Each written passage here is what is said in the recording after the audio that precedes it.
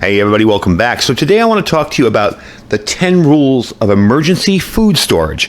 I know I got a lot of new preppers on the channel. I've been getting a lot of questions, and these aren't really hard and fast rules. It's more of a pep talk to tell you what you need to do to get started prepping without becoming overwhelmed. So let's get into it.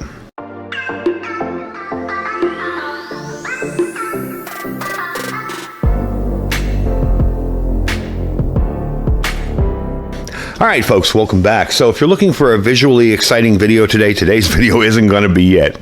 But I do have some important stuff to share with you. And I thought, I've been getting a lot of questions from people in email about, I watch your channel and I'm really new to this. And, you show a lot of stuff and it's advanced and this and that. What do I do? Where do I start? May seem a little overwhelming for them. So if you're in the process of putting away food storage to prepare for emergencies, chances are at some point in this process, you're going to feel overwhelmed by the task before you. Preparing for unknown circumstances is always a challenge, and to top it off, there's a variety of often conflicting information out there in the food storage world about how to store emergency food. So before you get frustrated and give up, take a look at the most important rules, at least to me, that I have for food storage.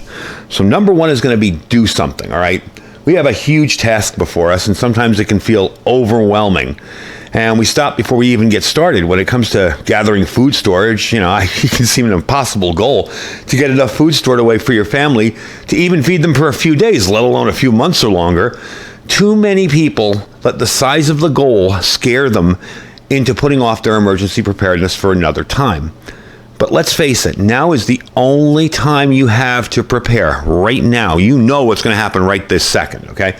Now is the time you have to prepare, and even storing small amounts of food storage is better by a mile than doing nothing. So do something right now, today, whatever, whenever you go out. Maybe it's buying a couple extra canned food or a couple cans of canned food at the grocery store, ordering some food online, some food storage samples. We'll get into samples later. Or even canning if you know how to do it. Whatever you can do, get started and do it now. So our next sort of rule, I would say, is make a place for everything. Find a spot where you can put this food away, where perhaps kids won't get into it, family won't pick at it, and make that your emergency food storage in your home. Also, make a place in your budget for this. Now, I know right now, food prices are crazy, budgets are strapped, I understand that totally, but I'm here to tell you as somebody who got started doing $20 a week, you will build up an amazing food stash in $20 a week. Now, once we get done with food, then you can start thinking about first aid, defensive tools, whatever. But your first goal is food and water, and that's what we're focusing on today. So you really need a place to stick this. You can add risers to your bed, all right? You can put it under your bed. What I did was I built a cardboard shelving system in my closet. I literally took cardboard and stacked it 4 and 5 thick with duct tape, and I made a cardboard shelving unit to begin with. Then I moved on to like one of those outdoor garden tool storage things with the doors that open up. And I had that thing packed with food. As a matter of fact, I still have that storage unit outside here. You've probably seen it in videos. It's just a little storage unit that I have all my stuff in. So make a place for it. You can even stick it under a table. You can add a long tablecloth to the table. And window seats and secret compartments and a wall behind pictures or mirrors if you want to get fancy about it. But the biggest thing you need to do is make a place for the food storage that's not near your everyday food. If you have a pantry in your kitchen, hey, that's a good start because it's not in your cabinets where you go every day to get your food. You want to label that side kind of off to one side, and that's it. And that's your food storage. That's what you're going to use. That's the place you're going to use to stick it in there. Now, as far as fitting money, we were talking about that before for food storage into your monthly budget. Anything you can spare will be worth it.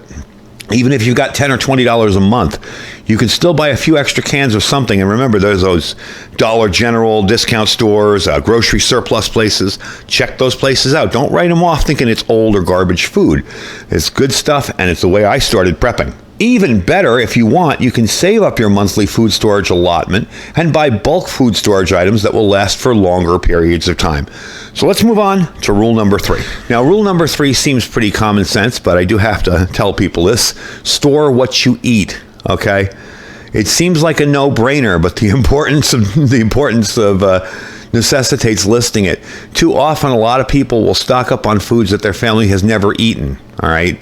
There's an emergency situation.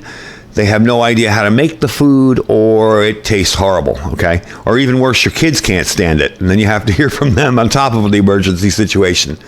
Surviving emergency situations is about maintaining as much normalcy as possible. With everything else scary and unknown, mealtime isn't the place to introduce new foods. And for all those reasons, it's important to store the food your family already eats and enjoys. Even if that means simple macaroni and cheese and ramen noodles, so be it. It's better than nothing, all right? When you're getting started, it's better than nothing.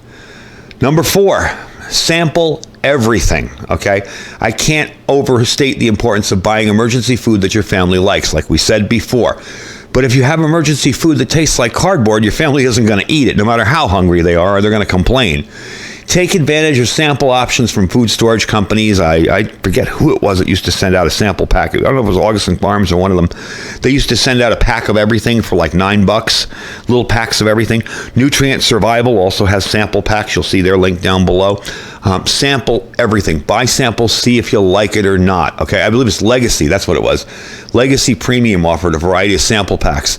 They're not only hearty, but really nutritious, and they're also pretty darn good. So do your research before making any big purchases you might regret.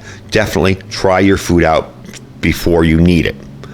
Number 5, eat the food you store. That kind of goes back to if it's nasty, you're not going to eat it, right? Okay. Eat the food you store.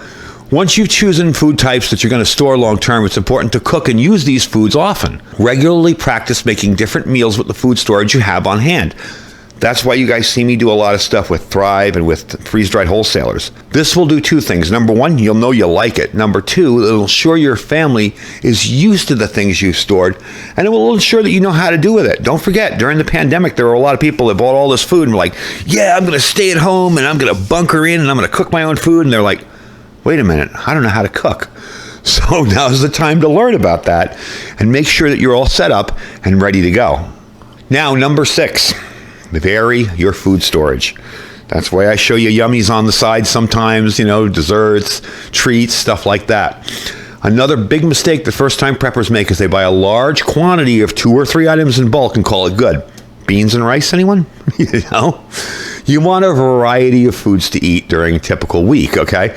In an emergency situation, things will be a lot more pleasant for you and your family if you aren't stuck eating canned chili and boiled rice for every single meal, okay? Or beans and rice. You might be able to survive on this, sure, but, will you thrive? Not really. So start by stocking up on staples and then add sides and snacks that you know will go along with it so you have a wide array of foods. That also goes for making sure you have spices put away. All right, we tend to run our spices in our spice cabinets down to nothing and go, oh, wow, I need more paprika or I need more thyme or basil. Make sure you have some in your pantry. That way, when you run out, you can rotate the pantry stuff in, and you can make a note the next day and go out and buy more for your storage. And that leads me perfectly into number 7. Don't forget the basics, all right? Along with other food storage, it's important to have extras like flour, spices, oils that you frequently use in cooking, things like baking soda, salt, cinnamon, and other similar items that people forget in food storage. They make cooking a whole lot easier, and they make it a whole lot tastier. Now, the last 3 are pretty simple. Number 8, grow your own. Try growing a garden. Okay, having a bountiful garden that will supplement your food storage with fresh, healthy produce is a very important part of preparing for emergencies. In survival situation, our bodies are going to need all the nourishment they can get. At the end of the growing season, save your seeds. That'll guarantee you have fresh seeds. However, make sure they're non-hybrid when you plant them so that the seeds will grow again at the end of the season. This is going to sound weird, right? Let's say I'm talking to you and you live on a second story in a 2-bedroom apartment with your kid and your wife and whatever. Sounds like, how the heck am I going to grow a garden? Get some 5-gallon buckets, put them out on a patio, a porch, a terrace, whatever. If you don't have that, maybe find a community area downstairs. Maybe get a couple other people interested in growing their own produce. Start a community garden. Maybe you can go way off in the woods somewhere and find a spot that's not too, trafficked by animals or other people and plant some stuff there. You want to get started. You want to get practicing. If you have your own home and you've got some dirt outside, there's no excuse not to do it and at least try. You'd be amazed at what grows out here in the desert. I've grown corn, sunflowers, tomatoes, all sorts of stuff out here. Zucchini and squashes do incredibly well out here. You have to watch zucchini because you'll grow it and you'll say, all right, that's kind of small. Maybe tomorrow I'll come out and pick it. And the next day it'll be like this round and this long. It grows quick. So definitely try your hand at growing your own food. Number 9, again, kind of tied into all this, stock up on treats. Whether you like potato chips, plain old chocolate, whatever, add a bag or a few bags of that stuff to your food storage. It's a great morale boost. Now, I'm not saying go out and buy, tons of Fritos and store them away for 50 years. No. You don't want to load up on junk food, and the chips are going to be pretty bad after about a year anyway. This is stuff you want to rotate out often, okay? But here's what I do. Right after Halloween, when all the Halloween candy goes on sale, I go out and I buy myself, because I like plain chocolate. I'm pretty boring in my candy liking. I like plain old chocolate. I buy myself a bag of the Hershey's, little mini Hershey's bar, take the old one out, rotate the new one in. That simple.